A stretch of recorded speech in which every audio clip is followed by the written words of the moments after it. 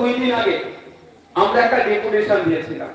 Total পশ্চিম বাংলায় 27 লক্ষ ভোটারের নাম ডিলিট হয়েছে। 27 লক্ষর মধ্যে যদি আমি ধর্মীয় পরিচয় দেখি, 17 লক্ষ আমার হিন্দু মা বোন বাপ ভাই, 10 লক্ষ আমার মুসলিম মা বোন বাপ ভাই। কে মুসলিম কে হিন্দু আমার কাছে বড় পরিচয় নয়, কিন্তু বোঝানোর জন্য বললাম এই 27 লক্ষ ভোটার শুধু আতঙ্কিত নয়, আমরা প্রত্যেকেই আতঙ্কিত। সেই জন্য গত 2 দিন আগে আমরা একটা ডেপুটেশন দিয়েছিলাম। ডেপুটেশন দেওয়ার পরে আলোচনা হয়েছে, আমরা অনুরোধ করেছি দ্রুততার সাথে এই 27 লক্ষ মামলা যেটা ট্রাইব্যুনালে হয়ে আছে নিষ্পত্তি করে লিস্টে নাম তুলতে হবে।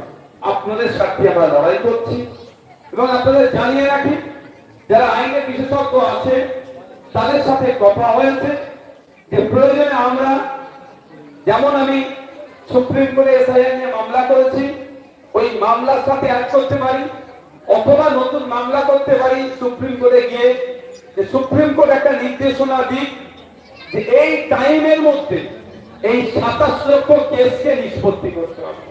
যদি টাইম না বেঁধে দেয়, ওই আজকে দুটো কালকে দুটো করতে করতে 27 বছর টাইম লেগে যাবে এই 27 লক্ষ নিষ্পত্তি করতে গিয়ে। তাহলে আমরা যারা আছি আমরা আতঙ্কে থাকবো। আর একটা কথা, মাননীয় মুখ্যমন্ত্রীর কথাতে একটা প্রসঙ্গে তিনি বলেছেন, সেটাকে এই যাদের ভোটার লিস্টের নাম ডিলিট হয়েছে এটাকেও পুড়িয়ে ফেলবেন না। এই ভোটার লিস্টের নাম ডিলিট হয়েছে মানে ধরে পুলিশ তুলে নিয়ে যাবে, এইরকম কোনো ব্যাপার নয়।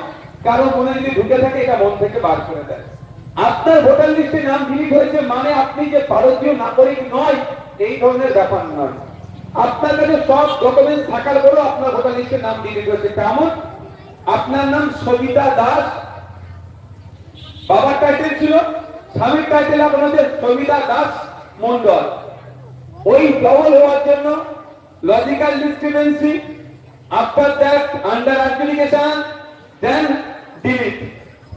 তাহলে সবিতা দাস, এই সবিতা দাস আর সবিতা দাস মন্ডল কি আলাদা? কেউ আলাদা নয়, কিন্তু তার ডিলিট হয়ে গেছে মানে নয় সে ভারতীয় নাগরিক নয়, এরকম ব্যাপার নয়। আপনার কাছে আধার কার্ড আছে, প্যান কার্ড আছে, রেশন কার্ড আছে, স্কুল সার্টিফিকেট আছে, পাসপোর্ট আছে, ব্যাংকের পাসবুক আছে, অনেক ডকুমেন্টস আছে, আতঙ্কিত কেউ হবে না। ঠিক একই ভাবে জাহানারা খাতুন, জাহানারা বিবি আর জাহানারা বেগম আলাদা কেউ কি? ভয় পাওয়ার দরকার নেই। ওই অর্ডারের সাথে এই অর্ডারের কোনো ব্যাপার নয়। আপনি একটু সজাগ থাকবেন, কাগজপত্রগুলো ঠিক করে রাখবেন। ট্রাইব্যুনালের যাতে স্পিড আপ হয় সেজন্য আমরা ডেপুটেশন দিয়েছি।